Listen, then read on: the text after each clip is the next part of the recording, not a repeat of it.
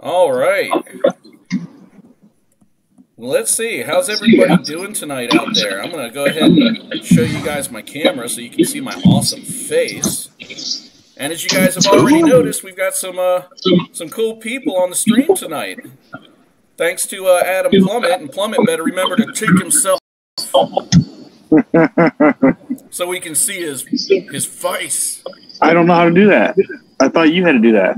No, tap the screen and press the... Just a moment. All right. Oh, yeah, we're on, so it should be seamless. We're going and it's green. We're going. Yeah. All right. Let's just make sure that it's going to go.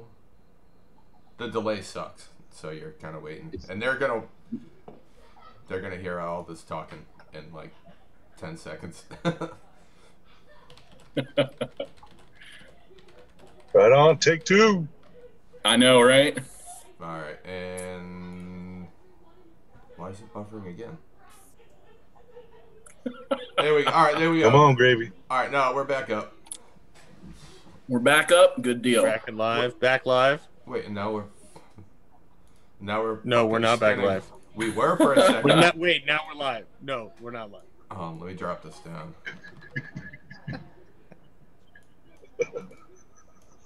Look at you. What a shit show. You guys want a real shit show? Come to the fucking Noobtube. We practice this shit too, believe it or not. All right, it's working out. And by practice this shit, he means we attempted this for 2 nights. Yeah, we practice fucking up. All right, so we're back up. I can see us. It looks good. All right. Old Gravy to the rescue there. Well, don't say All that right, yet. real quick, guys. I just wanted to say thank you to HotdogFPV. He just threw down $25. Very nice. Got some giveaways coming for you guys. I think we're going to kick that off after the new year, so stay tuned while we get ourselves the rest of the way organized with everything. Hell yeah. So, Ben was telling us that he got his name by going into Kmart and running around the store screaming hot dog while wearing a hot dog suit. So now the rest of my questions really revolve around your business. So like I told you earlier, I'm not coming in here like looking for trade secrets or anything. That's not, for sure. Obviously that's not where I'm going, but I'm really curious as to how you ended up in the strap business, right? Like, how did you see a market for this? Or was it a crapshoot? Or just, you know? Well, it's funny because I started out with a big old set of box goggles, and, you know, because that was the cheap route to get in, and I like doing my own tinkering and all that stuff. But once I got a pair of Fat Sharks, I quickly found that the 1-inch strap was boring, and, you know, I wasn't a huge fan, and I could tell it was going to get worn out really quick. So what do? I go look, and I'm like, where's the market for this? Like, where's the stuff to replace it? You know, you could get the stock one, but that was about it. And so I ended up looking for just a replacement 1-inch at the beginning, and that's what kind of kicked us off. Was we made different designs and stuff of 1-inch replacement, so it wasn't that big. And Stephanie had ordered a batch of 1-inch camouflage material, and when that came in, they had sent the order wrong, and that's where the 2-inch material came from. And it just kind of like, I was mad at first, and then I just kind of looked at it and I was staring at it, and I'm like, nah, I think I can make this work and be something pretty cool. And then as soon as I started making, like, I made a couple of those, just kind of testing the waters, and posted a few pictures. And as soon as I posted pictures, people were just like, what do you have on your head? Like, where did you get that goggle strap? And so it wasn't necessarily that I thought there was a market for it. It was, I made something for myself, and then as soon as I posted a picture of it, the community let me know that there was a market for it. That's almost better than taking a crapshoot, because anytime you're starting a legitimate business, one of the things that you're supposed to do is market research. Especially if you're going to the bank to get loans and shit like that, where obviously if you did this a little more homegrown, it works to your benefit because you have less in case it were to not work out, right? But when you stumble on something like that, it's so sweet. Like you've got to feel great about it. Yeah, it's come a lot further than I thought. Because at first I was kind of a stay-at-home, or what you'd call a house spouse, is what Stephanie called it. And I just took care of stuff around the house, and while she worked and did all that. And then when I started doing the 1-inch stuff, it was like, oh yeah, I'll make something and sell it, and then I'll just sell it on Facebook or whatever, nothing too big, enough for pocket change to spend on the hobby when you want, and then she bought the website, and she's big into computers, so she built a website and started doing all this back end stuff and helped evolve to where we are now. And it's wild. That's awesome. Nothing like having a built-in business partner that has that sort of insight or that sort of drive to push something like that too, because in my business, I'm in manufacturing, and so I travel a lot. I go to different businesses, and I consult for operations. I go in, I look at processes to find new processes, just try to make the businesses better. And all the time, especially with business owners, you see two types. You either see dreamers or you see engineers. And very rarely does somebody have a little bit of both in their business. They're either super engineers, they don't give a shit about sales, everybody can go to hell, blah, blah, blah. They have no good presence, no good materials. It's like looking at a bum on the street, right? He could be the richest guy in the world, but if he looks like a bum, you're going to treat him like a bum. Exactly. So you kind of need both sides, and it sounds like you guys have totally got that pegged. Well, the thing is, we play to each other's strength. Like, I'm strong in the design and manufacturing and all that stuff, and she's really smart on the computer. So like when we work together, we just we help each other out where the other one is needing more help. So that's great. So you've got the bigger calluses. Oh yeah, absolutely. I sew every single strap that we make. I sew like this.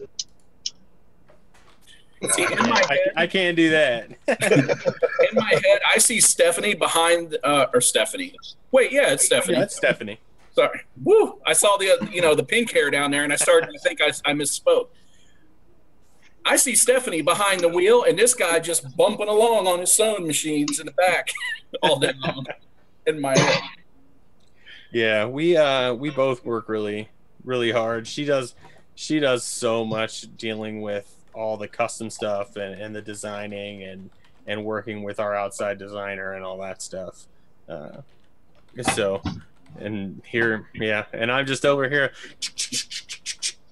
chugging away, That's how you do it, man. Gotta lay that thread down or else nobody gets anything, right? Right? Yeah, I'm looking to get my first hot dog strap pretty quick here. Heck yeah. I am absolutely sick of the Fat Shark strap. I knew the first day I got it, dude, this thing sucks. They bake it out pretty quick after you stretch them a few times. Yeah. Well, and the ones that I bought were secondhand, so they were already stretched out pretty good. Talk about sloppy seconds. Yeah, I finally threw in the towel. You were running like a $12 sale for the plain black, and I'm a terrible cheap ass. Everybody knows it.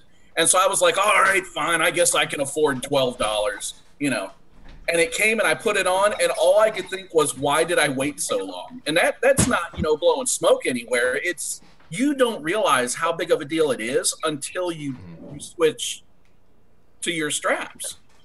Until you try it, you don't really know. I love my strap. You don't know till you know.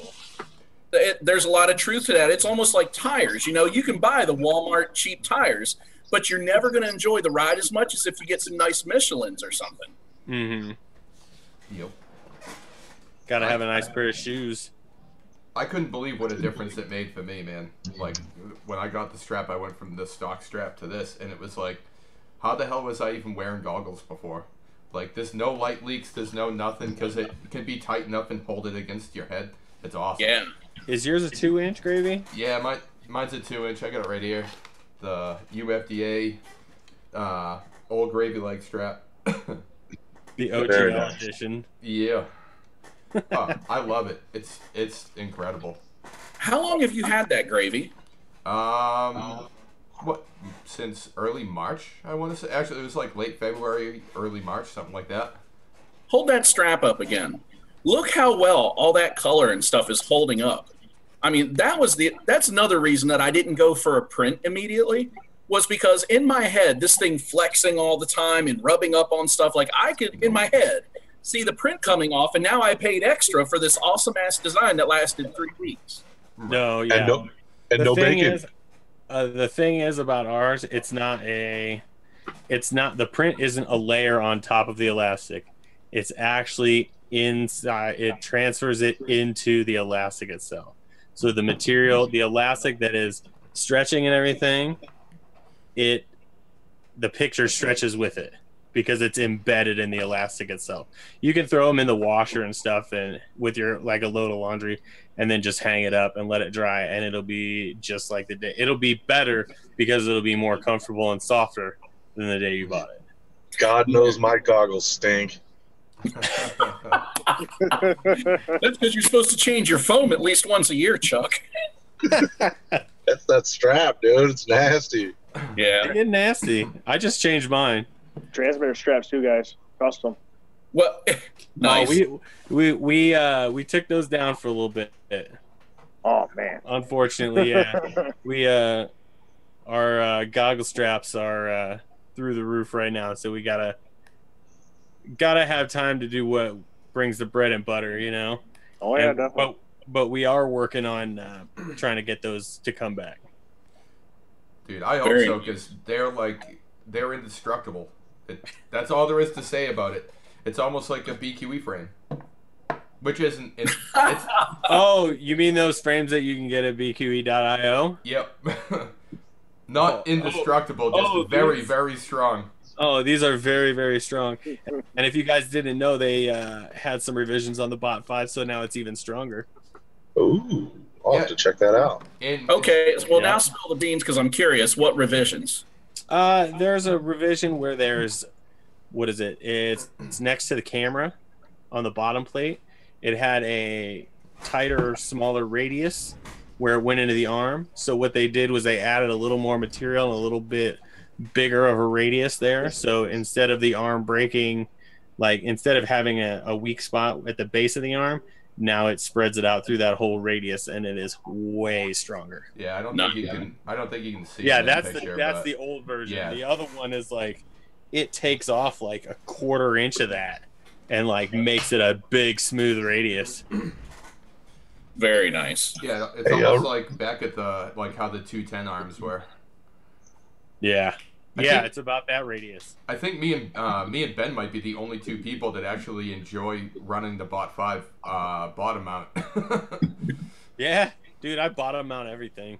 I've been bottom mounting it since you talked about it when you were like, "Oh, I'll go to a race and just bottom out the battery," and I'm like, "Okay, I'm gonna go try that too," because I just didn't want to keep like chopping up my battery leads and stuff, and I kind of didn't have a clean build, so. Dude, no Bot 5 should be a clean build. You know that. Man, that's something terrible. I just couldn't get into bottom mount. I don't like the way it feels. I mean, and look, we're splitting hairs here. I mean, some people will sit there and tell you it's this huge dramatic difference, and honestly, I've never seen it be a huge dramatic difference, but it's enough to notice in some of the finer movements and all, and I just can't get behind it. I like bottom mount because it's got a more of a pendulum effect. So if you're coming in through a corner and you like swing it out, that bottom weight will help you swing through the corner. But you can't be like flip with your with your movement. Is like if you're trying to take a smooth corner, that helps smooth it out. Yeah. And and when I was racing my Bot 5, and I don't know if you guys saw it. It had the lipo box zip tied to the top of it for turtle mode. Yep. Dude, I have never seen so many people trip out over a lipo box on a quad on the track. What were they calling it? The school bus? Yeah, I was calling it the box 5 and shit. Oh yeah. Now Ben, I've actually flown both top and bottom mount, and I liked them both. But didn't you find that having that weight on the bottom, that pendulum effect, would actually make you slide more in corners when you didn't want to? Not necessarily. I mean, I've been running bottom mount for a while now, so it's funny because when I'm racing, like I'll hit the gate or whatever, and I'll have the dingleberry battery, you know. And the way I run my wires, the battery won't come out. It'll just like hang loose on the bottom. And I'm faster when that happens than I am with it strapped on. You just got to start that way. Just like as soon as it comes off, I'm like full send mode. Yeah, you got to send it. You got to start that way. Yep. I had one guy. I had the dingleberry, and he got freaking teabagged. Boop! Knocked him out of the race. That's awesome. Oh, I'm gonna use that one, dude. It's a beast, man. I had a box on the top and balls on the bottom. I thought it was ingenious. I actually saw a guy that had a miniature set of truck balls on the back of his quad. I forget whose channel it was, but it was I think UFDA did that. Was it one of them? It might have been one of you guys. I don't know. Yeah, it was Wombat. Yeah, it was Wombat. That's right. That's right. Yep. Oh, I know Wombat. He's on the BQE Rippers. He is. Oh. Plug that shit, baby. Plug it. I love how the whole, like, have you heard about BQE.io? And we started the whole thing, like, and it was kind of a joke in the beginning, and then... Hey Gravy, who's over there giving you a hand? That would be Hillary. Hillary! Hey, what's on the vaporizer? Is that BQE? Yeah. That's BQE. Man, she should be a hand model. See? For BQE. So it's the microphone. It just kind of, it just happened, and all of a sudden everybody started saying it, like, and people are getting pissed. Like, yes, we've heard about BQE.io. Shut the fuck up. And it's like, but have you? Have you heard of them now? You got a whole new channel to burn it out on tonight. That's awesome. We're getting there. Just no dick jokes. Yeah, we gotta take it easy on the D jokes. No, Josh likes the D. I love the D. Yep. Big time. Oh, Copper Top's here now too. What up, Dave? Oh, yeah. In our chat, he is who changed my nickname again? Because everybody just keeps changing his nickname. So, recently I kind of reconnected with Dave, meaning that when I first got into all this, I found Dave, and because I think we all kind of got started somewhere close to the same time. And I was following him for a while, and then I didn't really see any updates for a while. So I kind of like unsubbed him. I'm one of these people that does unsub people. Like, I always want active stuff in my stream and all. And I just happened to be going through my list, and I was like, nope, I haven't seen anything from this guy in a while. See ya. And then I started looking for him again because he started posting on Facebook these videos and stuff. And there's another fucking Copper Top out there. So I'm following this guy, and I'm like, this doesn't fly like the same guy. And then the guy puts his face on video, and he's like, Copper Top, blah, blah, blah. And I'm like, that is not fucking Copper Top. No, you gotta search for Copper Top Dave. Yep. Copper Top. On YouTube. And it wouldn't be bad if you went and subbed his channel either. No, he's decent, but I almost reported him just on principle. Oh. Speaking of the hot dog crew, I've actually got David Hines is going to be the next guy up on the Noobcrew.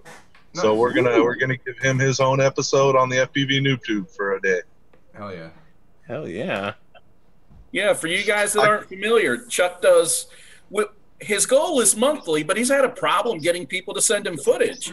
He does a segment for the FPVnoobtube called the Noobcrew, where he, you know, spotlights one of the FPVnoobtube members. Huh. Hell yeah, that's awesome. I'm surprised you don't get a lot of participation in that. Right. It comes in waves, really. Like sometimes it'll be a month before somebody wants to do it, and then 10 people will want to do it, and I'm like, ah! Because basically they send me their footy, I do all the editing and throw out a video, and they have a little self-interview in it. And you know, I told David to plug the hell out of you, right? Yeah, he actually just said, "Oh shit," working on that footage. And for anybody listening, we don't care if it's DVR. It doesn't have to be GoPro. It doesn't matter if you have, you know, zip tied a phone to the front of your quad. Doesn't matter. If you want yourself spotlighted, you know, just do that same thing you do with your selfies, right? Except actually talk into it and send all that stuff over to Chuck, and he'll put an episode together around you. But be warned, Chuck doesn't use rap. Chuck absolutely despises EDM or anything electronic in nature. And he's going to fucking heavy metal your ass all day long on that video.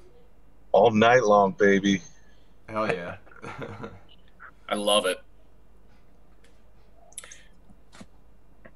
So, Gravy, what's been going on with you lately, brother? Like, I've seen you everywhere. Do you even...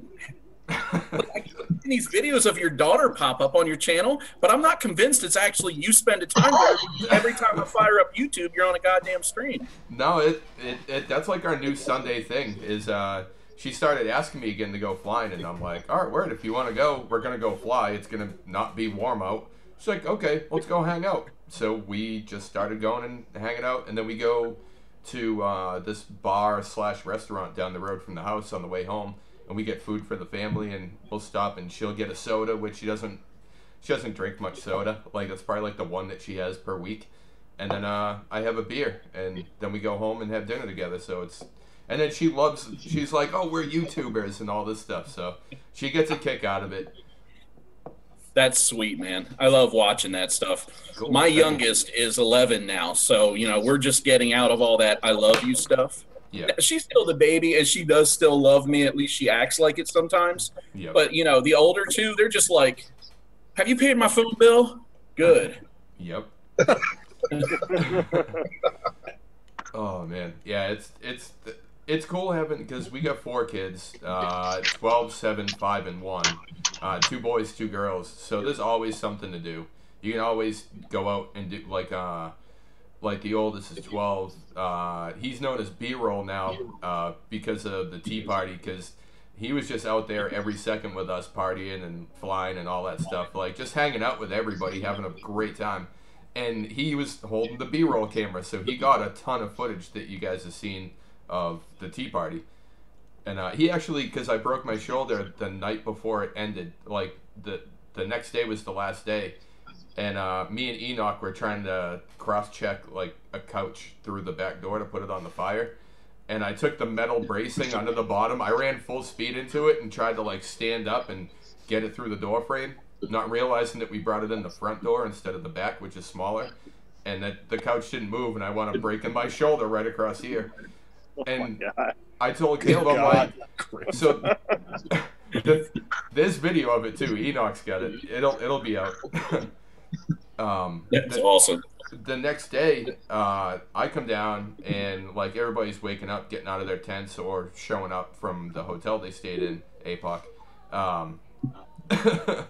And so everybody's hanging out back, and I'm like, yo, I broke my fucking shoulder. There's no way that I'm going flying. Like, I need to go back to bed or the hospital. And I just looked at Caleb, and I'm like, yo, if you want, if it's cool with anybody, you can roll with them. I trust everybody here. And he's like, yep, later. And he changed his clothes and went out ripping with them at like some crazy, they're the Quincy Quarries just south of Boston. So he went out and chilled with those dudes. He rode with Enoch all day. So nice. Yeah. How far are you from Boston, Old Gravy? On what kind of vehicle? Okay. So correct me if I'm wrong. You're up in Massachusetts? Yeah. No, I'm like probably maybe like 40 minutes driving a car, 20 minutes on a bike. West? Where I'm south. I'm on the south shore of Boston. I'm in between Cape Cod and Boston, pretty much. Ah, I gotcha. Yeah. Taking mental notes because as I get around, my company usually waits till the winter to send me north. So it's about that time of year when I'm going to have to start driving up through the snow and ice. Oh, well, hell yeah, dude. You got a place to stay here if you're up this area. Oh, I've always got a hotel, but... Yeah, Frosty's saying Snowy knows how far Gravy is from Boston. I heard that Snowy dude was diving buildings in downtown Boston in the middle of the day in like gridlock traffic. Snowy has the balls. Shame. Shame. I just can't bring myself to like do that sort of thing. Because there's a part of me going, do it, pussy, right? And then there's the other part going, be an adult, be responsible. And at 39, I'm just like, that part of me like pulls a lot harder than the other part now. But I'll tell you, with these 2S whoops coming out, there's a lot more you can get away with, a lot more inconspicuously because they're so small, but they also fly so good. I mean, if you're going to go dive, you could dive with the 2S whoop. But you could also dive something with like a 6S 5-inch. I mean, they fly so good too. Yeah. I'm just saying. Oh, I'm going to second that, just saying. I'm just saying.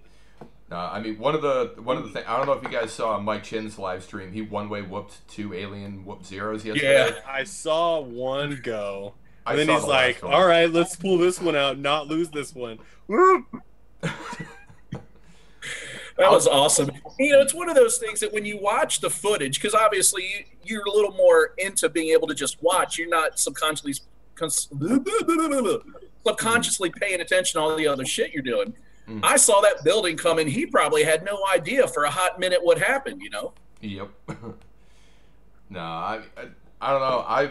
I've dove some really tall stuff in the wind and everything with my Zero, and that thing.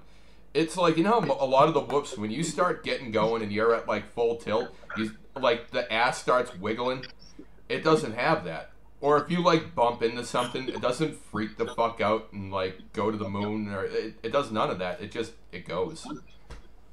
That's it. What's the new newbie drone board? The B-Brain Lite. Yeah. That one is supposed to be amazing. It's got active braking, and I know that's like a huge difference. Well, it is, because what we've been told, or at least my understanding is that brushed motors can't active brake. And maybe I guess what we're finding out is they can brake, but the software just hasn't enabled it yet. I'm not sure exactly what the details are on how, but I know that with brushless, the braking is fairly easy. I mean, you can touch 2 of the wires and try and spin it, and it's like it's already braking.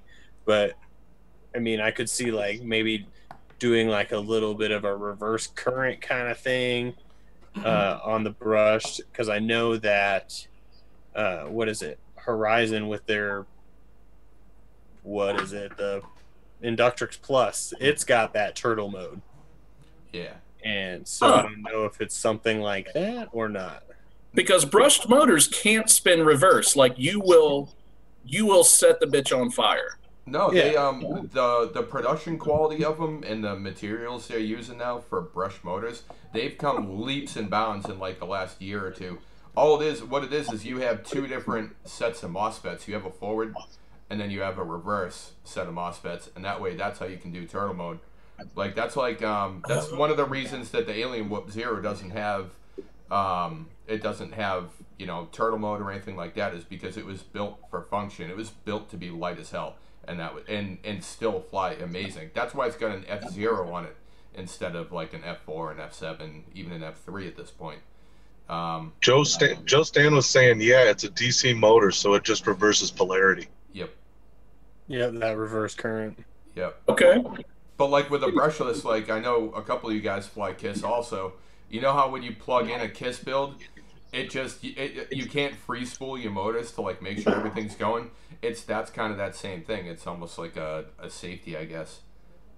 But I think it's got something to do with like regenerative power also, so it backfeeds to the battery during braking, or I don't know. I don't know why you'd want it on a whoop. I don't know why you'd want to go slower with a whoop. Regenerative braking on a whoop. You know, to put some extra charge in those 200 mAh batteries. Yeah. Dude, you fly up high and then you like fall, and then let it recharge. Yep, just go inverted and wait. It's just like woo, and you just watch on your OSD as it goes back up. You could building die forever. You just have to down, go up, yep, down, up, down, up. It's obvious. You know, I got to stop being such a lazy fuck. I was just saying tonight that when it comes down to it, every second I can, I spend out flying, and that happens to just be around when I'm not working. I have 2 Alien Whoop Zeros and have just the flight controllers for 2 months, and I still haven't put them in something. Better do that. I don't even have one. Dude, you're going to shit when you get those things going. The more I watch, I'm like, yeah, I need to install those. And then I get home and I'm like, nah. I mean, it's a whoop board. How hard is that, really? I mean, it's like 3 solders for your receiver, and then you just got to plug in your motors. Like, I don't think on the Alien Whoop you even have to program anything, do you? No. No, it's all in the transmitter. Oh, so gotcha. It's just you have to set up some of the channel mapping, and that's really about it. And then all the modes are already all there, like Bronx mode, Juicy mode. Juicy mode. There's one mode that's like, it's angle on roll and was it angle on roll, but acro on pitch? And then there's another one that's flipped. And then there's straight up angle mode, which I actually flew inside in angle mode earlier today, and I didn't realize that it could get to that angle in angle mode. It was like 70 degrees. Like, the thing was almost full tilt still in angle mode. It wouldn't go any further, but I was like, holy shit. Because usually I'm flying in acro mode. I don't fly in angle, so it was a surprise. So heads up on that, Josh. Yeah, I know. I really just need to do it. Lazy bastard. Get her done. Yep. I am the epitome of it. Like, from 9 to 5, I am all in the sauce, but the second 5 o'clock hits, I'm just dead. Yep. Yeah, the second 95 is where I start hitting the sauce. Speaking of which, I will be right back. All right. Ben, do you fly line of sight at all? I do. I started flying line of sight airplanes like 2010. So I flew airplanes for a long time, did like aerobatic stuff and all that. Never really did any FPV. And then I'd say about like three years ago or so is when I got into FPV, and now it's taken over. Yeah. I admire people with line of sight skills, and every time I'm like, yeah, I'm going to practice it. And I hit the ground the first time, I go, nope, where's my goggles? Yeah, I can't do that shit. I can't do it at all. Line of sight is a whole different beast, man. It's because you don't actually fly. Well, I don't actually fly from looking at the actual craft and like seeing like the propellers are pointing this way and then the blue propellers are in the back or anything. It's all about paying attention to like your motion and which way you're moving, and use that as your kind of guide to help. But I totally understand with the as soon as you hit the ground, you're like, screw this, I don't want to do this. I didn't get into it. Like, legitimately, the reason I even got into this hobby, I was never into RC anything 2 years ago. And I stumbled across, one of those FPV videos. And at first it's like, what the hell am I watching? And then it was, I have to do that. Yep. Yeah. Same here. My first FPV video that got me, well, the one that pretty much got me interested in trying it was Trappy's video in New York City when he was flying his wing and like diving those buildings and all that stuff. Yeah. Yep, back when people Way legitimately back. did not give a shit because they didn't know. They didn't know what. Look at that UFO that just flew past our building. Oh, the government's onto us. Let me go get my tinfoil. You know, that's Yeah. back in those days. Yeah. That's cool. I always like to ask, just because there's a big split, and most of the people that are line of sighters are people that have been doing it before drones, and usually have been doing it for like 5 years or so. Mm-hmm. And I can line of sight a plane. I can fly a plane, but I can't fly a drone line of sight. Mm-hmm. Yeah, I remember it moving from an airplane to a quad, because I never did the 3D helis or anything, or had helicopters. So learning quads was a new ball of wax at that time. And I started with a KK2 board and like Simon Case ESCs. So it was flying line of sight, and I would make like PVC quads and just like totally bash them into the ground and then come back inside and rebuild it and then go back outside and crash it again, you know. Mm-hmm. But that's half the fun of it is learning it and doing all that. It's not fun if you don't have to push yourself mentally to do it. Yeah. See, I missed all that DIY part. By the time I got into it, frames and all that's already ready. Manufactured, and motors had matured, and flight controllers were normal. Nobody was using Wiimotes for anything anymore. Oh God, those days. I can only read stories and pretend that I understand. It's like, it's funny you were talking about the line of sight thing, because like I've been flying, I'm 38, and I've been flying since 85, since I was 5 years old with my dad. I started to learn how to fly on like, you know, I think like 5th scale nitro planes next to a prison back in the 80s. Nobody gave a shit. And then it was like RC trucks, RC boats, like whatever my dad would be like, hey, try this, I'd fly, have no issue. There were no goggles back in the day. It was, you went home and watched TV after you flew, or whatever.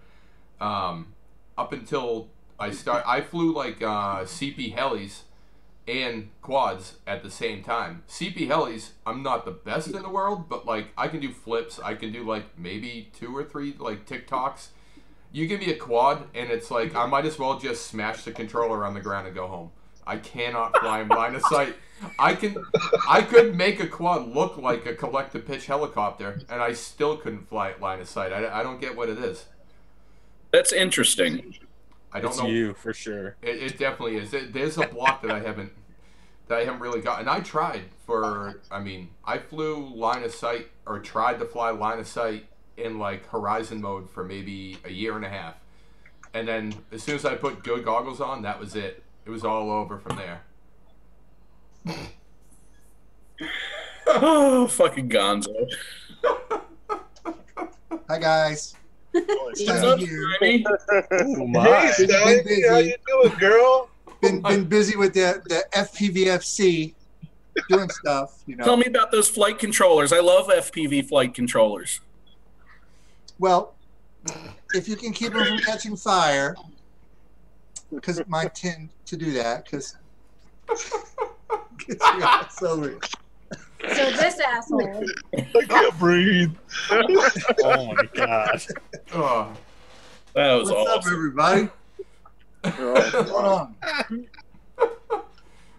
Oh, no. Chuck, I've never seen you laugh that hard. That's hilarious. Oh, we're a barrel of monkeys. Did you guys already have the pink wig? Or did you go out and buy one? Did you guys have the pink wig already? Or did No, you that's go one out of hers from cosplay stuff. Okay, I didn't know if you had it already, or if you went out and bought one just for that. No, I had it. It goes would have to been a worth it land if you bought it just for that. Yep. Oh. Man, so how are you guys doing? Well, doing well. Especially Especially now that we're well, her eyes say, ah! now that we can join you. I've been watching you guys for like the last 15 minutes, and she's talking. Like, are you done? Are you done? Are you done? Because they're talking about cool shit. I had a meeting. Well, you know, and this is actually a pretty good time to hop into it, because Gravy was just telling us how back in the day he could fly anywhere and not have a problem. And the whole time he's talking, all I can think is, you know who's solely responsible for all this bad publicity we're getting, it's the DJI people. Why? Because no asshole can pick up an acro quad and just fly it into places, but any blind dickhead with no hands can fly a DJI drone anywhere they want. You're not wrong. Agreed. I proved that today. I gave somebody the alien whoop at the vape shop, and I was like, "Oh, you want to try it?" They pile drove the thing into everything. They were knocking bottles off the shelves. That's the thing That's about awesome, FPV too. No one's snooping on other people. When you're in the goggles, you're not looking to see what other people are doing. The DJI guys, you know, the camera gimbal drones, those. You mean you don't spy on people? No, I try and stay as far away from people as I can. Wait, you're not supposed to do that. Right? Like, you should see all this footage I have. I'm out, I boys. know. I'm out. That's the only thing I do. Aiming for people. Dude, I've got negative camera tilt, like. Looking down. Oh wait, out, yeah. you're taking the 110-degree camera up tilt challenge? Did you see that video? It's back. You are flying backwards at that point. I saw that. That's Nope. That's, Maybe as I get one of these other quads put together. I'll tell you what, it might be worth trying if you put it in 3D mode. I wonder if that would fix anything, or if that would just mind fuck you even more. That'd be me. I'd be the one going, okay, time to drop the throttle, and it would just right into the ground. Right into the ground. Time to land, crashed as you boys. saying it. Actually, Stymie, you just started. You just got your whoop going, didn't you? Yeah. How'd you like it? Hold on, I'll show you. Okay. He's gonna Isn't show that you. how He's gonna Maddie show gets you that how her perfect whoop's effect doing. by having that camera tilt so far back at like 60 degrees, and then when he inverts, it's It's just wrong. That is cleaner than any of my tiny whoop builds. love the eyes. Love the eyes. Yep. Well, how is he supposed to see without eyes? You're not wrong. you guys tell her to practice more. I'm on her about practicing more, but I don't want to harp too much because you reach that line of shut the fuck up. Yeah, don't be mansplaining. Right, exactly. He's not mansplaining. I just get busy and then I get tired and then I just don't. Well, you are a busy girl. I've seen what you've been up to. Mm-hmm. Been all over the I'm place. a little busy, yeah. Tell us a little bit about that, Stymie. Let's go ahead and break that ice and crack that wide open and kill that cat in the bag. Hold on, let me get my notes. I thought you were going to Yeah, get us dead Stymie, Oh my you gosh, get us she's up to got date. notes. Because, what's that? She's got notes. I don't think that should be I've always allowed. got notes. Well, for the first 4 or 5 shows that we were doing this live stream, because we've only been doing this about 4 months now. The FPV, oh my God, the FPV Freedom Coalition had just gotten started, and they were just starting to gain some momentum. And of course, I drop in the Discord, try to derail every stupid conversation. And Yeah, I'm aware. hey, I stay out of there now. And anyway, there's a lot of good stuff going on, but I realized early on, I actually went in to offer myself my services if anybody wanted to kind of give me things to do, but I didn't want to have to use brain power and figure it out for myself. And they kindly let me know that they really need people that are self-starters, self-finishers. And I was like, I appreciated that. And I backed out. About the same time, Stymie hopped in there and decided she was going to grab every cat by the balls, and we were going to get something done. Mhm. Yep, I'm building teams right now. Yep. And thank you What for did thank you for what you were doing with that too. Aw. But yeah, to finish my statement real quick, I asked her to give us an update because we haven't put an update out in a couple shows because I haven't been going in the Discord. And so she said that they were actually making a pretty big announcement tonight. And so she luckily has things to tell us. Well, it's not really a pretty big announcement, I guess. We're going to be sending everything to the lawyers that will then be sent to the IRS in the next few days. So we'll have our nonprofit 5013C designation thingy, whatever. It might take a month. It might take 3 months. It might take 5 years. We're not really sure how long it's going to take, but we're almost there. We're almost a nonprofit. We're almost official. So I'm building teams because we got to get some crap done. The website's getting ready to be launched. I'm working on the member site right now with a team that I have. Merchant design, kind of spearheading that one as well. It's coming together. We need education people. Zoe needs people for her wiki. Please. Yep. That's something I may well put some effort into because it's something I can do late at night and sitting on a plane and other things. Yep. It's kind of right up my alley. Yeah, I'll send you the links on that. Okay. Now tell us, so these teams, when you say you're putting teams together, teams for what? To get stuff done. Like I have merchant design right now, so we're kind of coordinating what we're gonna do when we're ready to open the store. We've got the education team. We're gonna need people for that. Gravy, I'm looking at you. Oh, you know, so I'm together educational content as kind of a baseline for people that are trying to get into FPVRC. Right.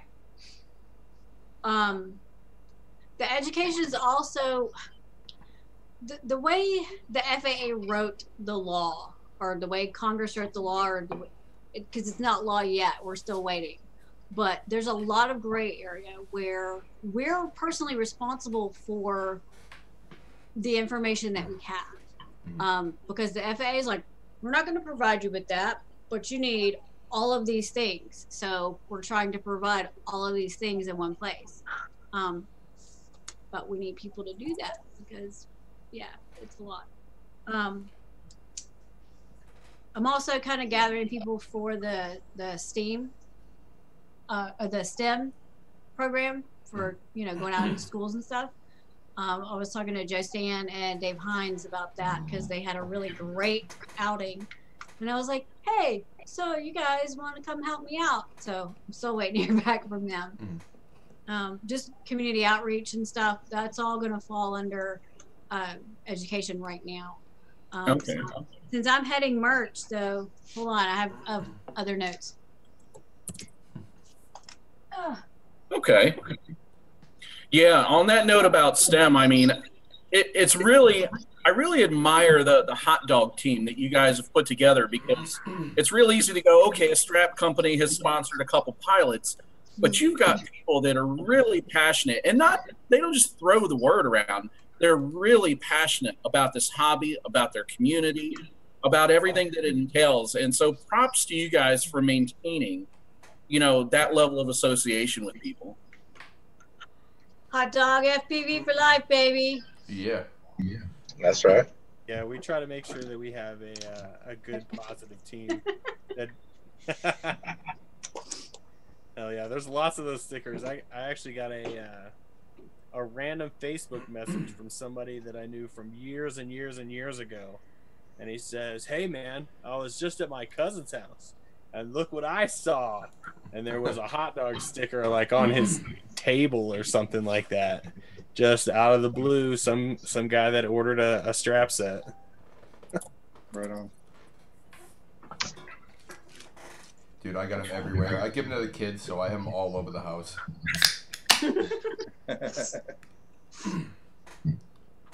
Yeah, we just go over pretty decent with the kids, because I'm sure you get some neat reactions. Oh yeah, they're like, who's Joe Stan? And like, what are these things? They're just like looking at here, I'll open the door to my office. Hold on. It's Harold. Check that door out. If that house ever catches on fire, like, make sure the kid knows where to run, kick the dogs out the door, and for the love of everything good, take that door off the hinges and save the door. Oh, that door is never leaving my side. Right. I do have one odd piece of houseware, I'll call it. My mom and dad, when I grew up, we lived in a small single-wide trailer, and I had 2 younger brothers. And one of the things my dad did from the time we were real small is he would notch, you know, our names and our heights and our age on the board. Well, when they moved out of that trailer after like 15 years and moved into the house they're in, he popped that molding off the wall, took it with him, and put it up in his house. And so, you know, as they get older, he's like, well, what do you guys want? We're making sure we update the will and this and that. And I'm like, you can give the other 2 every dime you have. I don't give a shit. You can give one of them the house, like leave the cars to a charity. I don't care. I'm like, but that board's mine. I'll go ahead and take that trim. Yep. I got a cousin who, I guess he's probably 50 now, but when he was in high school, painted a life-size Batman, like old school Adam West Batman, on his closet door. He still has the door in storage, last I heard. But yeah, he's had that door for freaking 30 years probably. That's awesome. Cool. It's funny how we get sentimentally attached to certain things like that. It is. For me, it's pure. Well, obviously, it's purely sentimental. And then it really rubbed it in, or set it in when he started doing my kids on the board, marking their heights and all. So this thing has a lot of history as far as I'm concerned. Right. Yeah. So on an off topic, this is something I was talking with Steph about earlier. Something that's not really addressed by many people at all in the FPV community. And it's what it is it's toxic attitudes. You get a lot of people, and it's with any hobby. It's, you know, fishing, golf, whatever it is. You get people that have paid their dues. You know, they've been in it a while, and they feel as if, you know, in order for them to give or share information or help or whatnot, you have to go through a hazing, or, you know, they have the right to treat you less than. Like a dickhead. And what we were talking about is that, you know, not that this is going to be something FPVFC does, but something that, you know, aside from that, you know, I'd like to spearhead it, get it going, but a movement to try and eradicate that kind of thinking and behavior in our hobby as much as we can. You're not going to eliminate it. The fact being, and the main reason why we need to do that, is because if a kid shows up with his dad to an event, like say a race or a fun fly or whatever, and they get a you know, a bad vibe or treated or ignored, seen it happen, especially here in Memphis, they're not going to come back. And if we don't have younger people constantly coming in and wanting to come back and learning the ropes and learning how to build and learning how to fly and wanting to meet other people, if we don't have that younger set coming in, it will eventually die, like anything.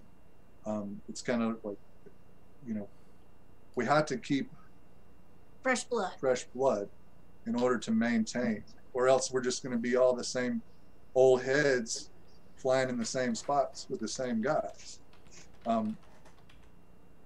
There's a lack of empathy that's rampant, and it's accepted, which is kind of disheartening.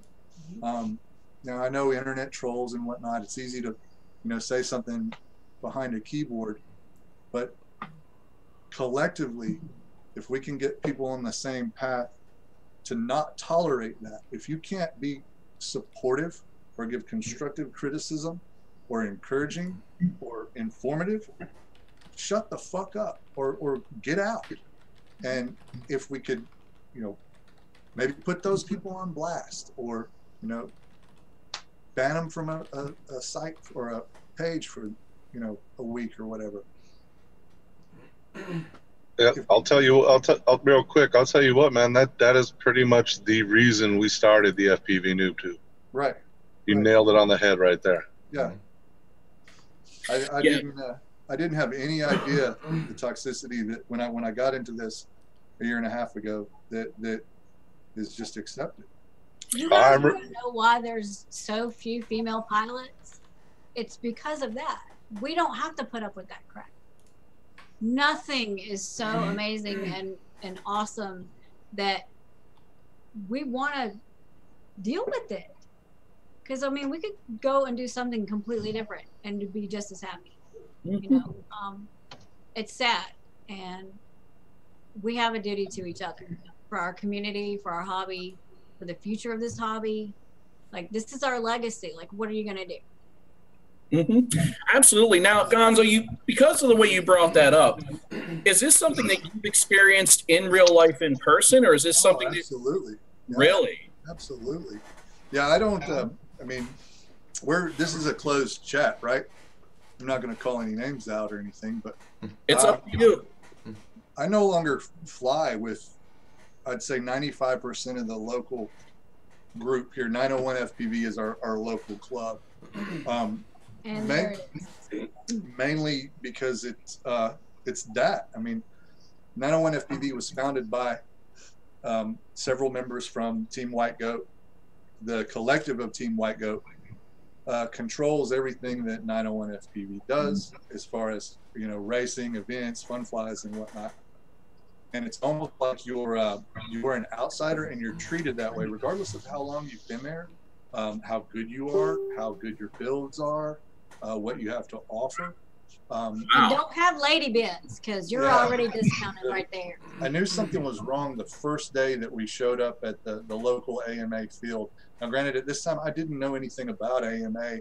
I didn't know about multi-GP. I just knew that this is the place where the guys were meeting to fly the racing drones. 901 FPV was having a build day. This was before I did PayPal and all that. You know, it was all new to me. So we drove to go see this racing and pay for the build day that was coming up. So I brought cash. I brought my wife. We brought our folding chairs and some snacks. And I handed these guys this stack of cash and signed up. And that was it. No one said, 10 guys walked past Steph for 2 hours. Nobody introduced themselves to me. I'm not butthurt. My feelings weren't hurt, but I thought, hey, something's awry. And as the years progressed, or the year progressed, it was just more of that kind of, well, you know, you don't belong, or we'll help you, but you owe me, or just real elitist and condescending, you know. And that just it irked me. And the thing is like, you know, I've got 2 sons who are wanting to get into flying. They both fly whoops, and you know, when they're with me, I don't want to take them around that, because they grow up. They're growing up surrounded by, you know, empathy and love, and, you know, sharing, and, you know, genuine caring for, you know, everyone around you. And yeah, it's sad. You know, I'm really disappointed. Sorry, go ahead. Go ahead. No, I was going to say, I'm really disappointed to hear that, because, you know, I've had a very different experience in FPV. Right. Now, obviously, online, you're going to see that stuff. Look, I'm even a guy that will stir the pot. So, you know. But if you really want to find me, my address is on my Facebook. You come on over. We'll duke it out. We'll go have a beer. We'll be friends. But, you know, when it comes to in-person, so it took me about 18 months to really get a good group of people in the area. And not because there's bad people. We don't have one bad person in all the people I've met in my area. Okay? Fortunate. That's fortunate. Well, and that's what I'm figuring out. But, you know, we're all a bunch. We have one local multi-GP chapter, and they're small. Like, these guys barely made tier 2 or 3. Because they just, that's how small they are. And it's not even numbers. It's just because they don't even have the opportunity to get the events together to be able to advance themselves, right? So, but these guys, you know, they're everybody from old guys to young guys, some guys that come from as far as 80, 85 miles away every other week, every third week, just to be able to sit around and fly together in a field. Right. And then we have a group of people who are mostly into freestyle. Well, we go to the free flies. We haven't really ventured to the races yet. For me, it's just about schedule. For these other guys, I think they're just getting over the intimidation factor. But the community where I live is so open and so friendly. I mean, we have people giving away quads and transmitters and goggles to people that are either just getting into the hobby or have run into some bad luck and need them, and now they're down and out. Right. And there's never an expectation of something in return. Yeah, some of the guys are like myself, and they run around with cameras and post shit to YouTube, but we got a lot of people that don't. And even those of us that do, we might throw, 15 minutes of effort in to grab a little bit of B-roll or something, but we go to hang out. We don't go to... Right. Like that's the attitude. We're not there to... Well, what is the word I'm looking for? To fluff our own feathers and to make ourselves elitist and to try to elevate our status. Right. We're there to have a good time, and that's it. Right. Hey, I'll tell you what, guys. I'm gonna backtrack a little bit because Gonzo's actually understating what was going on a lot. Me and him were talking a lot at the time because we were actually doing his Noobcrew episode. He was one of the first people. Yeah. And I remember a little bit after he damn near put down the goggles for good. Yeah. I do remember that. Yeah, right? Oh, wow. I've seen no less, and this is by no means an exaggeration, no less than 10 guys come build a quad or learn how to build a quad or, hey, I ordered this quad or whatnot, and never seen again. Maybe fly once or twice, and they don't want to be a part of it. And, that's unfortunate. I saw a guy at the second or third build day that was had. He showed up to build a Martian with like Racer Star motors and whatnot, but he had a Wizard, an Eachine Wizard. It was brand new in the box. And one of the members of 901 FPV and Team White Goat flat out told this guy who he had just met, he's like, yeah, it's in good condition, but it's a piece of shit. And I mean, that guy that guy just spent however, what's a Wizard, 250 or, I don't know. Like between 200 and 300, yeah, but still, that's beyond the it's point. Money. He spent his hard-earned money. Exactly. He's like, I bought this and I'm bringing it here to race this or fly it, and you're just gonna degrade it, Right. Yep. Nobody deserves that. From my experience, luckily, most everybody that we've met on the road and everything has been really accepting of us, and we haven't seen anybody get really put off like that. Right. The rookie track at IO, that was that renewed my faith and renewed my passion for FPV, because I was a staple there. I was there the whole week at the rookie track. I didn't fly anything else. I was rookie track. And the people that I met there were a lot of them older, a lot of them like me, kind, just straightforward. But yeah, it was no real condescension or toxicity. Whereas it sucks to say it, but there's a level of pride that certain people have that is detrimental to, what am I trying to say? Egos get in the way of ability. Absolutely. Like, for example, at our field, we had a fun fly. My boss, who owns a really nice machine shop, cuts his own carbon fiber, makes his own frames, goes up.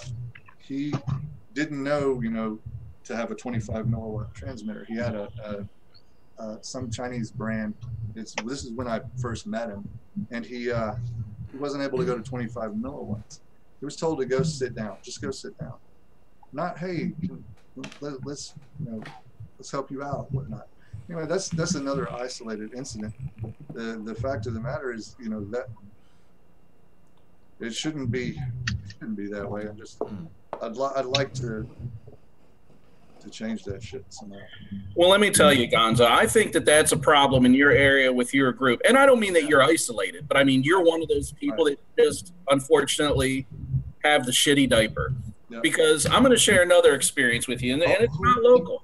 Let me interject real quick. Let me interject real quick. But I got to tell you this though, because this is great. after IO, and half the 901 guys, Team White, go, we're at IO, and Stephanie and I were basically, like, we're over here. You're not with us or whatever. I flew with these guys a bunch. I told them when I first started, you're not going to push me out. You're not going to weed me out. You can't get rid of me. Well, anyway, after IO, there was a big between myself and another pilot who disrespected Stephanie, and I let him know, aside from flying toys, it's my wife. And anyway, there was an event held by that pilot and the 901 FPV guys shortly after we got back from IO. It was a rookie race, a sportsman class race. I showed up, I won every heat, first place, and I won the main, and I took the charger that it was given as a trophy for first place. And I walked away. I haven't been back. I'm not going to compete in another event with them. But, No, so, I don't. just to prove a point. Just hey. Well, we're all glad you came back, bro. Seriously. Oh yeah, thank you. No, There were good groups out there, and I wanted to share, the experience that last year a bunch of us noobs from the FPVnoobtube got together, and we went and met in Fort Worth. And while we were there, we had a day with Fort Worth quad racing, which in the area, it's a really big chapter. And they had every reason and every opportunity to be like, why are these bunch of numbnuts running around our field, wrecking our shit, getting in our way? Because we're not from that crowd. Like, most of us don't race and have no experience racing whatsoever. And it's more than running around the track, because there's really nothing you're going to tear up flying your quad around. It's the idea that they have this, and we got to see it, It's a very structured type event. They're on time slots. They have a lot of people to put through. They have a lot of laps to get done. They have stuff going on. And, when you have people like us just show up, now they knew we were coming. They kind of knew what to expect, and they invited us, right? But where normally they're throwing people on the line, they're running their laps, their round is over, they're clearing it off, they're loading up the next group, and we're all like, hold on, I can't get my battery plugged in, hold on. It was a good they time. were nothing but helpful and patient and friendly. as it should be. As it should be. That should be the norm. Yep. It should be expected. Yeah, it's sad. But I hope that you get to do some traveling and get to meet some of the different people. Hot Dog obviously lives on the road too, and maybe he'll be coming through Memphis at some point. I hope that you get to a point where you're able to fully let that go, because, and I say this because I can hear it in your voice, the frustration, the disappointment, everything that's still there in the emotion of those experiences, that you can get to a point where you just let it go and let bygones be bygones. Mm-hmm. Because there's a lot of good people out there, and I'm one of the lucky people that gets to meet a lot of them. For sure. No, it's just online, online by itself. I've met so many people that, that are great people. Can't wait to fly with them too. We're hosting Copper Top Dave on December 3rd. Yeah, Copper Top. That week he's going to be out here in Memphis. So Yeah, we want to see we want to see that footy. Oh, absolutely. I'm gonna. You'll have a good time with Dave. Yep. He's a fun guy. Yeah, he's a great dude. I'm excited. He's our first hey, I'm coming to town. So Hey, I'll tell you what, guys. Close to you guys a couple times, but when I say close, like a 2 or 3 hour drive, I haven't quite gotten to Memphis.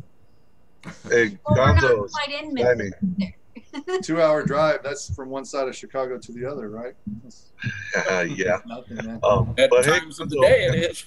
Gonzo, Stymie, I'm actually gonna plan to come down there one of these weekends, because we do a Memphis run every now and again, and I'm gonna see if I can get it on a Friday, and then come down for Friday and Saturday. And you eat barbecue ribs? You like ribs? I am a fat man, brother. You know this. That was a dumb question. No shit. Well, I don't know. That beard's rather long, man. I didn't know if he was Jewish or not. The whole pork thing. He doesn't look like a vegetarian. It's to catch all the drippings so he doesn't get it on his cholo shirt. Right. Oh yeah. I was just gonna mention the top button only. I love it. I told you guys I was gonna go cholo tonight. That's that infectious groove suicidal tendency shit right there, man. ST. Right? He needs a hat like this. I don't know where it is. Just the fact that you have one just nails it anyways. In the spirit of everything that is good in FPV, Joe Stan's been peddling those calendars again. So I know he's got a box, or I'll say a couple boxes full. He's got a shipment full of them. I'll just leave it at that. So you guys make sure you get out there and get your community calendars from Joe. I think he's running a buy two, get one free right now, which means you can hang one above the toilet, one in your bedroom, and one in your broom closet if you so choose. Because I can't see anybody giving those crummy things away for Christmas gifts. These things? There you go. They're beautiful. I need to buckle down and get one in 2019. I've avoided it for 2 years and not for a good reason. And It's a pretty. I've seen the great calendar this year. February is the best month. That must be yours. And do you know? Is that a BQE frame right there? I think it's a BQ. I think they were one of the people too. Have you heard about that BQE? Have you heard about BQE? Oh, no. BQE.io. You can check them out at BQE.io. BQE's cool and all, man, but BQE ain't that shit right there, though. Space Force. Right there. Space Force. Those suckers, I'm pretty sure you guys got the last one. Yeah, you said it was the second to the last one made. Dude, when I saw that, I got to show you this shirt, man. I had these shirts made a little over 2 years ago. Took from. That's awesome. No, the Space Force, that's. I need to The Space Force one was pretty popular. Put that one away. Yeah, that's limited edition. We aren't going to make those ones anymore for sure. Right. Well, Gonzo, if you should choose to accept your challenge, I am running a challenge right now on the FPVnoobtube called the Crap Spot Challenge, as is named by Coppertop Dave himself. The Crap Spot Challenge is for you to go to the spot that you hate the most, not because it's hard. Well, it could be hard, but the idea is that this spot sucks so much. It has no good flying elements. There's no reason you would fly there, let alone take somebody else to fly there. And if you did happen to go there and fly and happen to record it, why, you would never make a video with this spot. So you take this crappy spot and you make it interesting. Right. And post your footage, and then we're going to run a poll in the next 2 weeks to see what the community thinks, who flew the best crap spot and made it interesting and enjoyable. Is it a one-pack deal, one-pack, no edit? Or no, what? So none of that was put as a stipulation. It's just the crap spot challenge. I left it wide open. Just know that the bar has already been set pretty damn high by Agile Fool. That Right? he slid underneath his entire truck. Long ways. No shit. But guys, you At have to full- watch the video. Okay. Because he didn't see, when I fly under my truck, I set it down and I go, and I slide and drag my quad under it. This guy comes 50 miles an hour hot down the street and just right under his truck. He killed it. That's scary. I run bottom mount. I can't do that. I can't do that either. Just saying, the The bar's second I been hit the set ground pretty like high. that, my quad jumps. Wait. Mine will just be like. I got you. I got you. All right. Is this a challenge for me and Ben? I'll be posting Sunday. Me and Ben are gonna have to do it. Here on Saturday, and yeah, So I'm far, still we've looking. got 3 submissions. I'm looking for more. cool. I'm still looking for a good snowy mud puddle. Right. Ugh. I flew a pack this morning at sunrise, right at about 6 a.m. It was like 22 degrees outside. There was frost on the ground and everything. The first half of the pack sucked. I was stiff and cold, but the last half of the pack felt so freaking good. Yeah. Yeah. Plummet is our other, so I went ahead and threw one in there real quick. Agile Full beat us all to it. He was the first entry. Adam, are you still alive?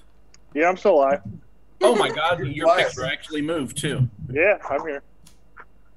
Man, you been here? Like I thought he was going to come on and be all, "Hey guys, I'm the undercover hot dog," and no, he's just he's been kinda on here. pause over there. He's just like, I'm just chilling, listening.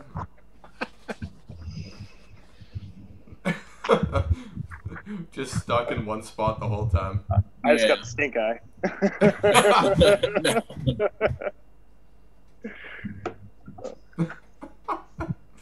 Oh my God! Come on, man. Josh has Right. Josh has that whole like FAA is watching look, where it's just his eyes above the fence and they're wearing the FAA hat. Gilroy. Yep. Kilroy was here. Man, So that's can going back we away. add elements, outside elements to our video? Like we're on some acreage out here, and you know I'll fly out front just to get the practice in, but it's just horse pastures, right? So if, say like I build a bonfire or set Steph's old Mercury on fire or something, and go through the, No, this is not acceptable, and I'm not cool with that. No. You gotta go find. You gotta go find a crappy spot You have and to make go a crappy edit. Horse And poop. just make everything crappy about it. yeah. Well, Like the- that's the whole thing. Like think the outside. guys, the entire point is to take away the element of things to fly, because Right. we rely on that so heavily. We want to see you make a good flight with nothing to work with. Right. I was kind of entertaining all the humor that was going on, but the point was that if you look at some of the best videos that are out there, they don't hinge on flying ability at all. It's all about location. As a for instance, you know, Ben, your latest video was not all flippy floppy and thrashy and all that other stuff. What made it interesting was the damn location. It was beautiful, and you know that you flew it so smooth. And but if you go out to just, you know, a field that the farmer has just harvested all the corn in, and there's no trees, there's no and it's just a field, like nobody's going to give a shit. We have just So you take a spot that normally you would not share at all because it's a crap spot, and you make it interesting. Now, and that's where I left it. You can go all icky to the wall and, you know, edit it to death and make it awesome, or you can go all steel and super flippy floppy and mega coordinated or whatever. But you have to do this at a crap spot. If you go to a bomb ass location, you won't be submitted. Cool. So us whooping IKEA is not one of those, right? I still want to see that. Yeah. So we're gonna need a bomb ass challenge too. Maybe a gorilla whoop challenge since it's winter. Yeah. Oh, that's a good challenge. Mm-hmm. I always want to do whoop like Lowe's or something like that. Yeah. But you gotta like get your butt on the toilet section Yep. and like Yes. sit on the toilet while you're whooping Home Depot. That is the freaking challenge. It has to be. Well, Hands the down trick is, up to the have you bonus seen points. have you seen the toilets lately? They're up higher, so you'd have to like climb up and get on it, and then fly the whoop. So I you're thought like, you meant really, like 10 feet above everybody else. I thought you meant like in the bathroom. I'm like, you're gonna go all the way to Lowe's and just sit in the bathroom. It's like climb up the lumber to the top rack. They're not gonna be able to I get you. get it. See, I thought he was talking about going in the bathroom. That way he could gorilla whoop and they wouldn't know where he was. Yeah, Oh, me no, too. I'm talking. You need to go to the aisle and sit on the toilet that's on display, and then whoop. Bonus points for Yes. pants down. I want to Yeah, sit We'll on. have to do I want something with to. that one. I want to sit on like one of the display toilets that's right in the center of everything, where there's just a bunch of people walking by. You're sitting there like this, flying around. Exactly. It's like, hey, I get just any want to be toilet doing the paper? Stevie Wonder as they come by, you know? You Yep. just need to pull a toilet out of the packaging and just post it in the aisle. I put it right at the cash register on top of Yes. the belt. Or you could have, you know, the flat carts. Have somebody, you can put it on the cart and then have somebody push you around, and you can whoop yourself while somebody's pushing you around on a toilet on a cart. That would be nuts. That's the best one. Yeah, I Do tell you know you why what, that would be nuts? So have you ever ridden in a car and piloted a drone through the goggles while the car is driving down the road? I haven't. I haven't done that one yet. Yeah, something about the bridge over the Mississippi River outside of Memphis. I don't know. There's a lot of stuff I'm not going to ever post or I can't do anymore because of our responsibility. But yeah, Now, Good as far as times. whooping and lows, though, go in the masonry aisle and those concrete form tubes, the cardboard tubes. Yep. Play one of those on a flat cart and have whoever pushing it around, and you got to find them and get through the tube in that one pack and back to ground zero. Hey, and I know for a fact you could get away with murder in those kind of stores too. Oh yeah. Oh, dude, nobody pays attention to what's going on. They don't No. pay attention when you want to spend money. So, Yeah, no shit. Yeah, No. they're not gonna. They're like, oh, look at the toy.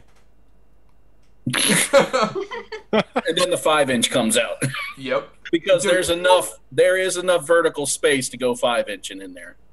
Oh, you could Dude, a hold a 5-inch race. inside of Home Depot would be insanity.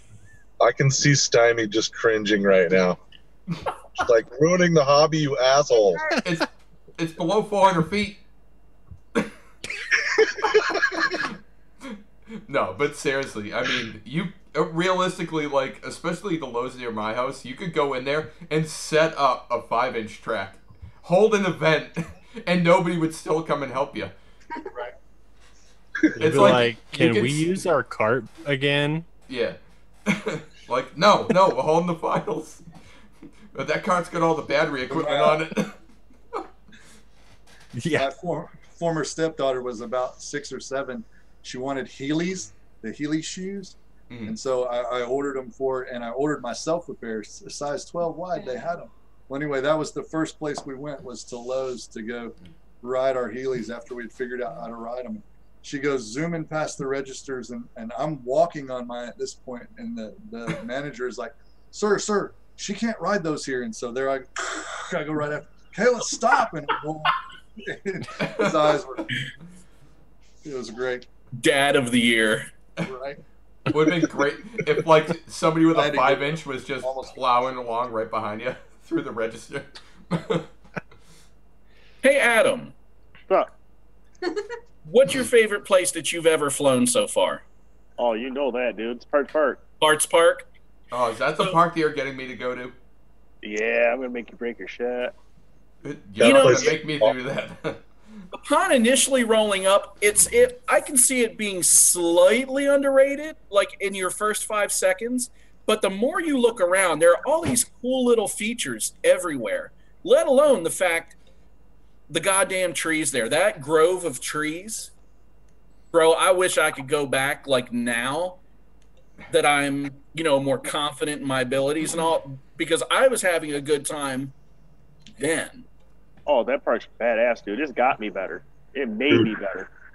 Tree dives for days. It's got all the kids' toys. It's got the covered picnic tables.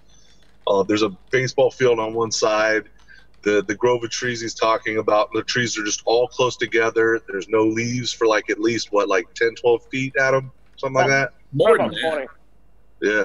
The place is just phenomenal. I got to fly there myself, obviously. And it's called Parts Park. Well, it's actually called Layfield Park, but yeah, you know what I mean. When you go, you leave with a bag full of parts. Usually, something's breaking. True. That's awesome. Hold on, so you're inviting me to a place that you just gave me the definition of. Thanks, bud. Hey, That's out of the bag. You're gonna love that place, Gravy. Straight up. It's the coolest park I've ever seen. I'm going to go there and break everything except for one thing. I think Ben might know what that is. It's my frame from BQE.io. Oh, dude, which frame is it from BQE? All of them. Except the skinny bitch. I wouldn't fly Parts Park with the skinny bitch. That's, So That Brady, wouldn't I gotta ask you wouldn't about be a that good one. Bot 5, the dandelion style motor mount on the arm, the end of the arm. That Yeah. doesn't delaminate with all those ridges. no, honestly, I've been flying mine. I think I was the first. As soon as it went live, I was waiting for it, and I ordered the frame. And I wound up finding out I was the first person that got the frame. And I fly From the BQE? shit- Yep, from BQE.io. I'll grab it right now so I can show you the ends of my arms. I don't break any. I don't know how. Like, I've broken I'll get so mine. much shit. Are they 4 mil or 5 mil? I believe they're 5 mil, but I believe they're 5 mil 700 4A carbon, I think. Oh wow. But I mean, yeah. Don't Yeah. mind my lack of props, but I put super glue on mine. Oh, Yeah. I don't even I do that too. I don't even do that. I do no prep to my frames. I just put it on and send. It's in the middle of getting rebuilt. That's why it looks like crap. Oh, dude, no, that's a bot 5. That's done, dude. That's ready to go. Actually, I don't know if you can see. Nah, you can't see it. But I can take my whole stack and just push it. I just squish my stack and a piece of grip, and with the top plate, and that's what holds my stack in place. But it's soft mounted still, so. What? Oh my god. Are you serious? Yeah. No, I'm dead serious. There's a big ass piece on top of my Helio of grip in between. You can see it's warped. Yeah. Like, look, My you can't. god, Gravy, you're killing me. Well, hey, you told me it had to be a shit build to be a bot 5, so there you go. I didn't say shit. I said it doesn't need to be a clean build.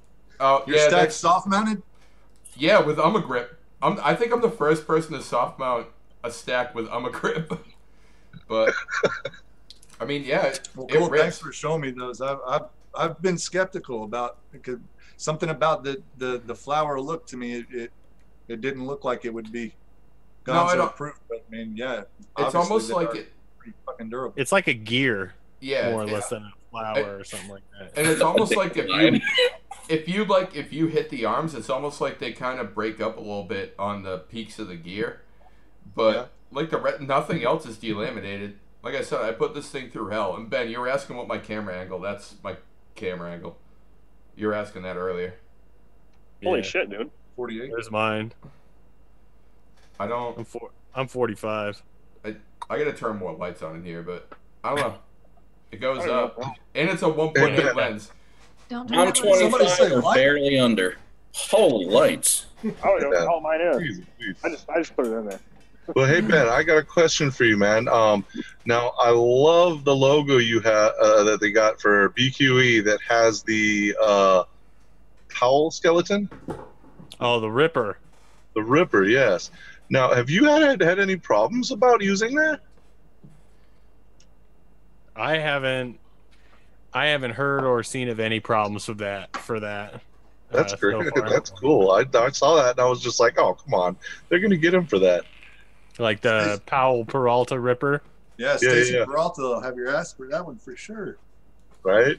I mean, Right? I represent, dude. Right? Oh, yeah. Well, the whole reason Oh, I yeah. bring it up is I stopped Pulse using Brigade. I stopped using my old logo because I saw your hats and I'm like, oh, everybody's gonna say I'm fighting BQE now because I had the Ripper and I photoshopped a set of V3s on his head. No, nobody'd say anything about that. That'd actually be pretty badass. Right? It was. I'll send it to you, man. You can use it. For sure, dude. I'll put it on something. Hell yeah, that's awesome. I'll Actually, put it somewhere. Chuck, those would make awesome stickers, if for no other reason that it's well bordered and everything too. I like Oh yeah. So, Chuck, you get around a lot now. So, where has been your #1 favorite spot to rip a pack? Ooh, that's a tough one. I'd have to say it's only a place that I hit once. I couldn't tell you exactly where it is, but it was somewhere in either Arizona or New Mexico. It's where all those the Indian stores are along the 10, and I got to rip the cliffs right there. I actually lost my quad for about 2 hours on that place, and had to go walk through miles of fire ants but I actually found it. But yeah, man, that's got to be my favorite place was the cliffs. That's what I thought you'd say, but I wasn't sure. Just because of the location. I mean, it wasn't even my best rip, but I had so much fun. Yeah, Gravy, you are. You're going to break your shit. Now, what about you, Gonzo? I don't know how much traveling you do. So, and you know, that's kind of where I'm going in here, is just trying to figure out, but where would your favorite spot be? Favorite spot that I have flown? Hands down, Mud Island, down right in front of the city of Memphis, right on the river. there's a video actually on my YouTube channel. It's DVR footage because I was in between HD cams at that point, and I was also having a bunch of gear issues. I showed up, my 6S rig wasn't working, and my 4S rig was having some fail-safe issues, to say the least. But it's a pretty sweet spot. The Memphis Belle used to be housed there. The bridge is right there going over the river. The city's there. You have a lot of different elements. There's concrete pillars under the bridge. There's, of course, the Mississippi. The framework where the Memphis Belle aircraft used to be is still there, all the scaffolding. What you can't see in the video, you can if you really look, is not only is it just the scaffolding, but there are support wires, guide wires that crisscross all the way through it.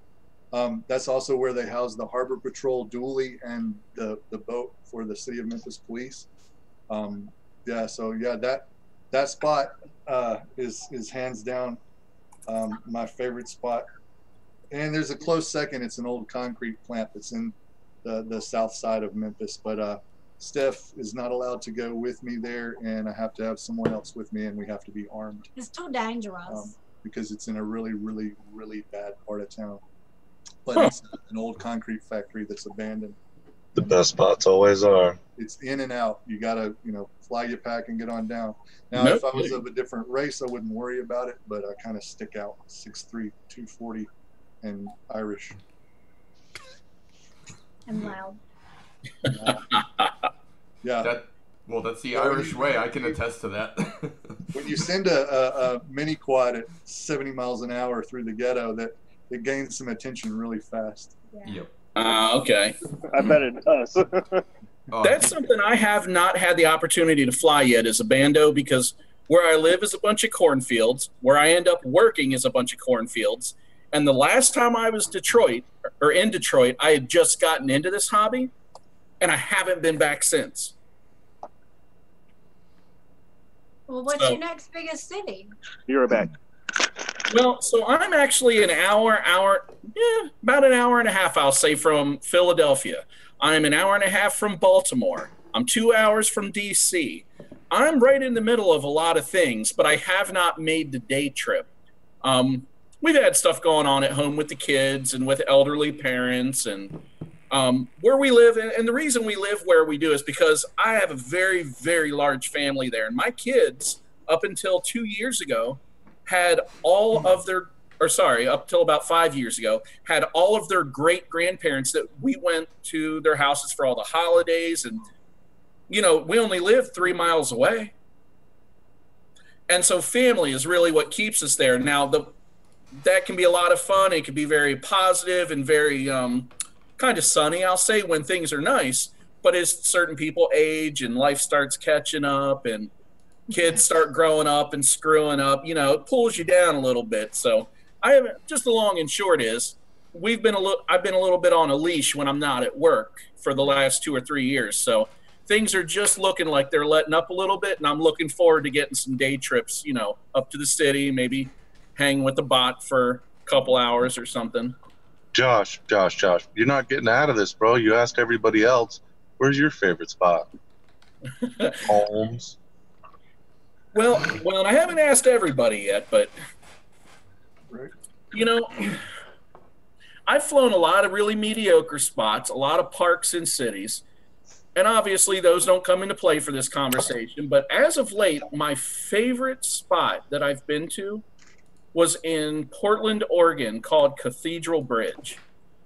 And it kind of sucks because I only had an hour there due to light, due to schedule, when my plane landed, the fact that I was really just passing through the area, and I wasn't going back at a time when I could stop again. I only had an hour, and the place, what it is, it's a park that's underneath of an arch bridge, a huge arch bridge. And to see the videos and pictures of it online do no justice to the scale of this thing. And because it's just a city park underneath of this, you can do whatever you want. So I flew.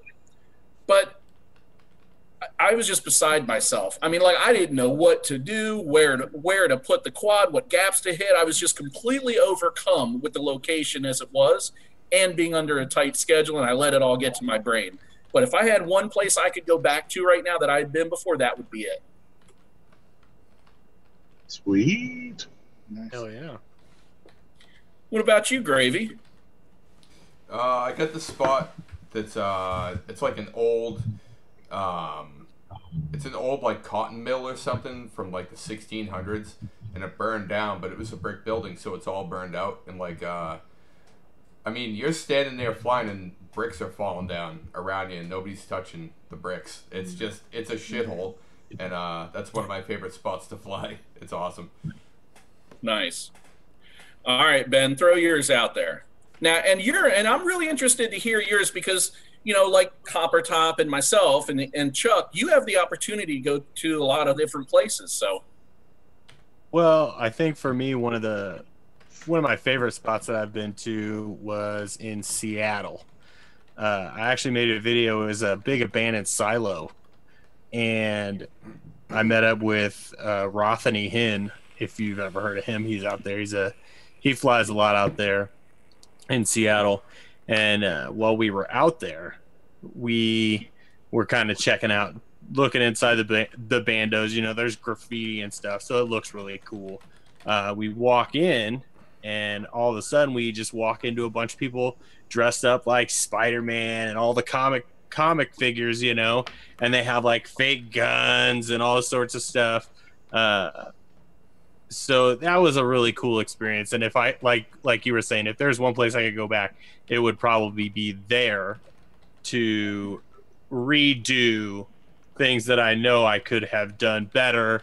And it's just an absolutely amazing location because we actually climbed up to the top, and I sat against my better judgment. I put my hot dog costume on, and then sat and had my legs hang off the edge of the silo with goggles down and flying around and all sorts of stuff like that, you know. that sounds pretty neat. Yeah, it was an awesome location. I also got an air views feature for that as well. Really? For that making that video too, yeah. That's something I can't seem to get any traction on. I throw stuff on air views, man, but yeah, it's you just got to make it stand out with some. You got to find some little detail to just kind of emphasize on, and they'll pick up on that. yeah, But good deal. Chuck, are you doing anything with your newsreel, or are you going to save that? We'll save it, man. I know we're running way long. Okay, well, You you're know what? okay. Hey, I will do one of them real quick before we wrap things up, just because it kind of fits the occasion. If it's possible to put up the last picture, whatever, but if not, whatever. Let me freaking find it here. 5. Wrap things up. We just got here. Right? Well, shoot, man, we usually only run an hour. But Yeah, this is actually a long show for us. very our longest yet, Like actually. 5 hours. Right? All right.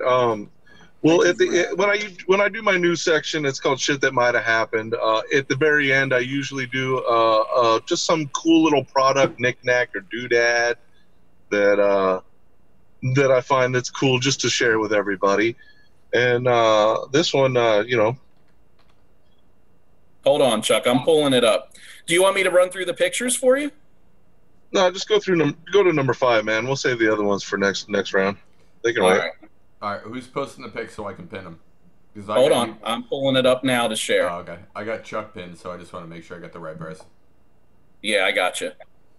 You just hold the picture up long enough for people to see it, know what it is, and then we can go back to me. Hold on. So while they're doing that, Ben, not what was showing it like flying up that mountain, man? Flying all the way to here. What was that like? it was really far. Right?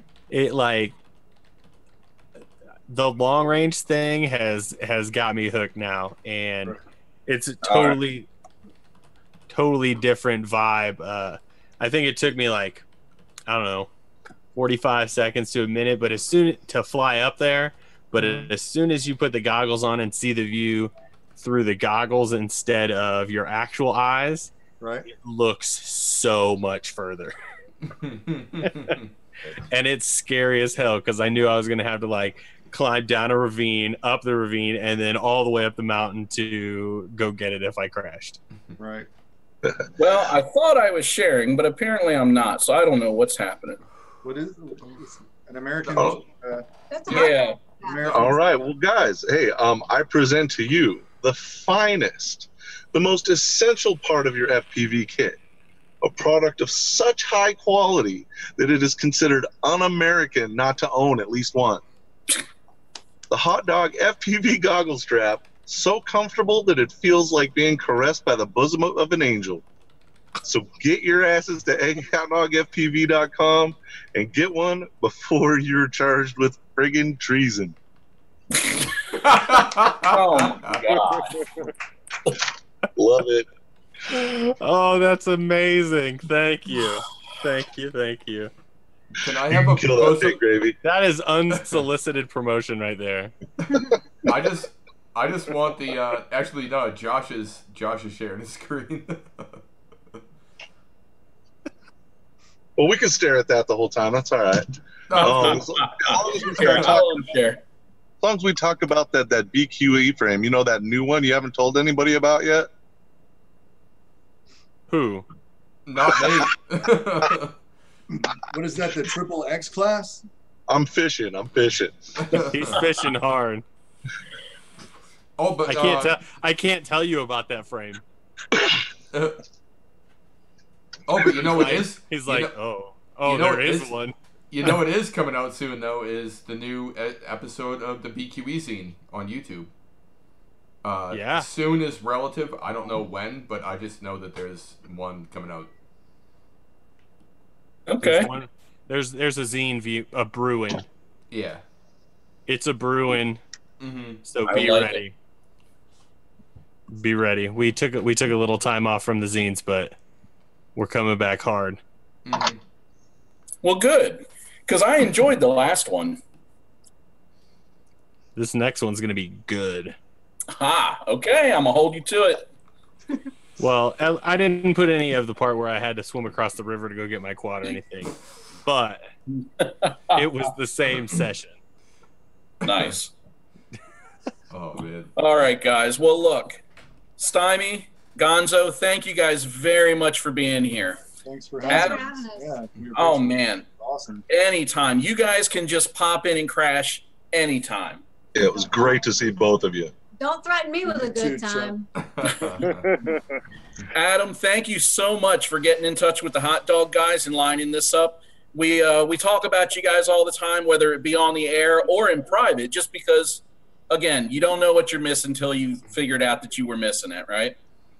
Old Gravy, you're a frequent. You know we love you here. Sorry to hear that things have been the way they have lately, but just hang in there, bud. We're thinking about you and we love you. Cool, And thanks, Ben, I've seen your face, and here and there we've exchanged a few words and comments and whatnot, but I've thoroughly enjoyed you being on the show tonight, brother. Hey, thanks for having me. Very good. Happy So you guys, friendiversary. What was Yeah. that? Today's mine and Josh's friendiversary. We've been friends on Facebook for a whole year. Oh. Somebody needs to burr. That's yeah, the steel horns. Good Lord. Yeah, well, I think somebody might need one of those BQE frames to celebrate. Me? Yeah. So you guys head on out there and get your PVC frames. Try your damnedest to destroy them. Make sure you head over to Hot Dog while his straps are dirt cheap. If not, buy them full price. They're well worth every penny. Real Shake quick, hands for Old real- Gravy's sake. Everybody real quick. needs a Gonzo wig. Adam needs more parts for Parts Park. Make sure you guys are contributing to the Crap Spot Challenge and posting that on the FPVnoobtube. And we love you guys. Thank you very much.